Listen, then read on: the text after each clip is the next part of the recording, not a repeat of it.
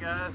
Hey, welcome to another edition of Cultivating Creation. I'm your host, Evan Akins, and we're out on the Jasper County track this morning doing a little deer season preparation. You see my buddy Travis Boyd there clipping my deer vetch, and we're getting it done. Hey, it's August 2nd, and we're trying to get trails clipped, summer fruit plots clipped, just trying to get some general maintenance around here on our Jasper County track. So we're blessed with an overcast day. It's hot, as you can tell, but it's not too hot, and hey, we're getting it done. Going to do a little bush hogging today, and we're getting preparation to do some more stands hung, getting some more stands hung, and trying to get ready. You know, you think about it, August 1st, we're 2 months out. August 1st, September 1st, and we need to be ready October 1st. We need to be hunting. And so I like to give the place at least a month to rest, and so I need to have all my stands hung, all my things clipped, and getting prepared to plant by October 1st. The only thing I'll do is come in through the gate to plant fall food plots. That's the plan anyway. So hey, what are you doing right now to get your place ready? Hey, here we are at the end of the day. Like I said earlier, August 2nd, and we're bush hogging, and man, did we bush hog. We got the power line clipped. We left the bush hog high to let the vetch continue to grow. But we got it clipped. We got Whiskey Ridge clipped. And here we are standing here on Creekside. Riley, pan him around and show him real slow, buddy. Show him the progress here.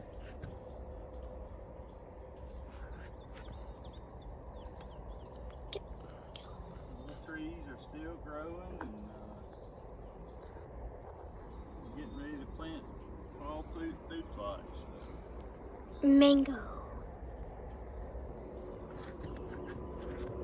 You may have noticed the stumps here at Creekside are still here, and we're actually utilizing one. We're going to show you in just a second, but I've got a mulcher coming to do some other work next Saturday, and I'm going to ask him why he's here to mulch these stumps up, and then we're going to get a little place for a feeder over there on the other side. But anyway, we got Creekside done. We actually made it across the creek, and we bush hogged turkey foot, and then we're doing one more thing, and my buddy Travis with his tractor, he's cut down a sweet gum tree with his lane shark, and doggone if that sweet gum tree didn't snag and get up under his tractor, boy, it was a mess. Anyway, it's all fun and games now. We can laugh about it. It's all funny now. We can laugh about it. But I don't know, maybe you have that kind of stuff happen when you're doing things. It seems like always something's getting broken, something's tearing up. Thankfully, we were able to get the chainsaw under it and cut the snag out and put things back together. It was a mess, but we got it out. So we didn't quite get all the bush hogging done that I wanted to get done, but I've got a sprayer rig. I'll just try to spray some glyphosate on it, I guess. So you just do what you have to do. So. And that's the plan for here. I'm gonna probably come back in a week or so, and maybe 2 weeks, and spray some glyphosate 2,4-D and just kill it dead, kill it dead, kill it dead. Do the same thing on turkey foot. Now, interesting, on Whiskey Ridge, I had some leftover deer vetch from last year, and that's one of the things we love about deer vetch. It'll come back year after year after year. I didn't plant it there this year, but it came back on its own. So instead of 2,4-D and glyphosate, I'm gonna hit it in probably a week or less with some clethodim. I'm gonna hit that and the power line plot after clipping it. So that's the plans there, and you know, we'll see. One of the things me and Riley are doing, and we're putting out a camera at the end of the day. Riley, show them our setup here.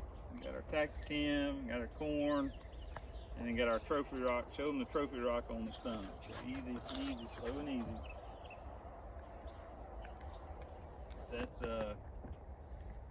That's what we're doing the end of the day.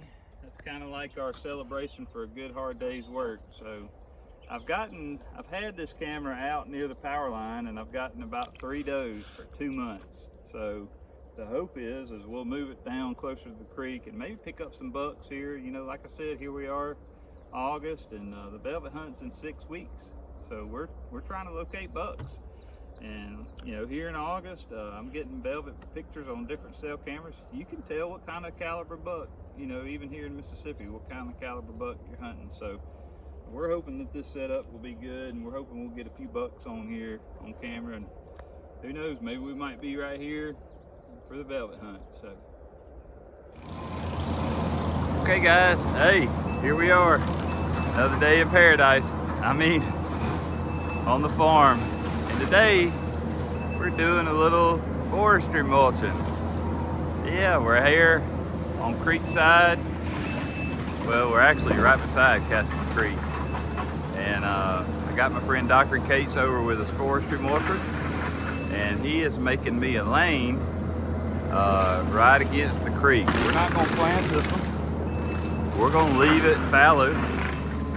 And you may be able to see the tree there. Bigger tree, let's see, right there. So we're gonna put us a tree there, a tree stand, and then we're gonna get mulch a little further back there, about 100 yards. You may be able to see the side by side back there. Yeah, that's it right there. So that's the plan. Have me about 100 yard shooting lane. Right here beside the creek. Hopefully get them coming in and out of the creek. So just getting ready for deer season. I will say I'm kind of watching this little path here because well, I just saw a big old cottonmouth. Hey, I guess the old forestry mulcher got him stirred up. So hey, another day in paradise. All right guys. What y'all think about those videos? Sure wish I'd have got a whole lot more video of different things that I've done throughout the summer, but just 2 or 3 kind of action shots as different people were on different pieces of equipment. But some of the things I didn't get videoed were putting out feeders and like in years past, gates and fencing around feeders, hanging stands. Boy, I tell you, summer preparation for deer season, there ain't no telling how many stands I hung on the Jasper County piece alone. I'm going to say it was near about 12 stands, ladder stands, lock-on stands, and some of them in similar trees, but most of them in different trees. You know, we're just trying to figure out exactly the tree, you know, in these different spots. And sometimes the first tree works. Sometimes you got to change it up. Different winds, deer come from different directions. So year after year after year, you're just trying different things, trying and changing it up. One theme throughout whatever I was doing in summer preparation for fall deer season was the heat. And well, by the end, I'm just be honest, the heat and exhaustion. You know, I made mention in one of the videos of my shirts, and you know, I've looked through the different videos that I posted through the years, and that's one of the things that seems to be true. And no matter what video, I never have a nice clean shirt on. It's always sweaty, and you know, if you'll watch, sometimes I'll post same day in different shirts. You know, sometimes it's a 3-day. A 3-shirt day, sometimes it's a 2-shirt day, and it's just crazy, you know. And the water that you drink, and just trying to stay hydrated, and just sheer exhaustion. Boy, if you don't watch it, you get worn out just from setting up, preparing for deer season. And then, you know, those hot early summer bow hunts or early fall bow hunts, you don't even want to go because you've been out in the heat of the summer all in preparing. So, and thinking about the devotion, I'll share at the end of this video that I thought about a verse that you may or may not be familiar with, but it's the Apostle Paul's letter to the church at Galatia, and near about the end of the letter, Galatians 6:9, he writes a fairly familiar verse that is definitely one that's near and dear to my heart. Galatians 6:9, let us not lose heart in doing good, for in due time we will reap if we do not grow weary. Boy, isn't that a fitting verse for summer preparation for fall deer season. Do not grow weary in doing good. You know, you're putting up stands, you're clipping lanes, you're doing some forestry mulching, you're doing all these things, putting up feeders, and it's hot, 100-degree weather, and you're sweating and you're just worn out and you're exhausted and you're like, goodness gracious. But the first cool front that comes through, and the first time you sit in that stand, boy, you think about just the deer that might come through and how great it is, and almost gone, not gone, but almost gone are the memories of hanging that stand and being so hot, and you think how great it is. So do not grow weary. You know, I think about that, and you know, deer hunting, you know, you definitely need to pace yourself as far as putting up your stands in the off seasons. I try to do no more than 2 or 3 stands a day, you know, because it takes me a few hours in the heat to put some stands up and take a break, put some stands up, take a break. So, you know, 2 in the morning, 1 in the evening, 2 in the morning, 1 in the afternoon, you know, something like that. And then like on one of the video clips, you know, go hang a camera, go put out some corn, go do something fun, not as taxing.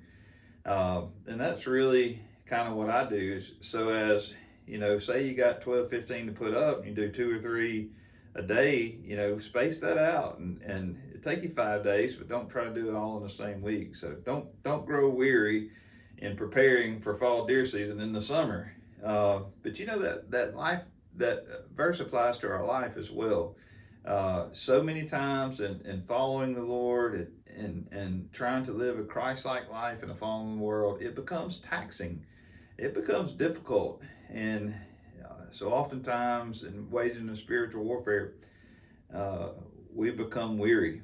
And I think the Apostle Paul sensed that to his recipients, the church at Galatia. You know, they were facing all kinds of things back in that day, that some things that were familiar and similar with us today, but a whole lot of things that were different in that day too. So he writes to them, inspired by the Holy Spirit, don't grow weary in doing good. Keep on, keep on, keep on, keep on, keep on, keep on.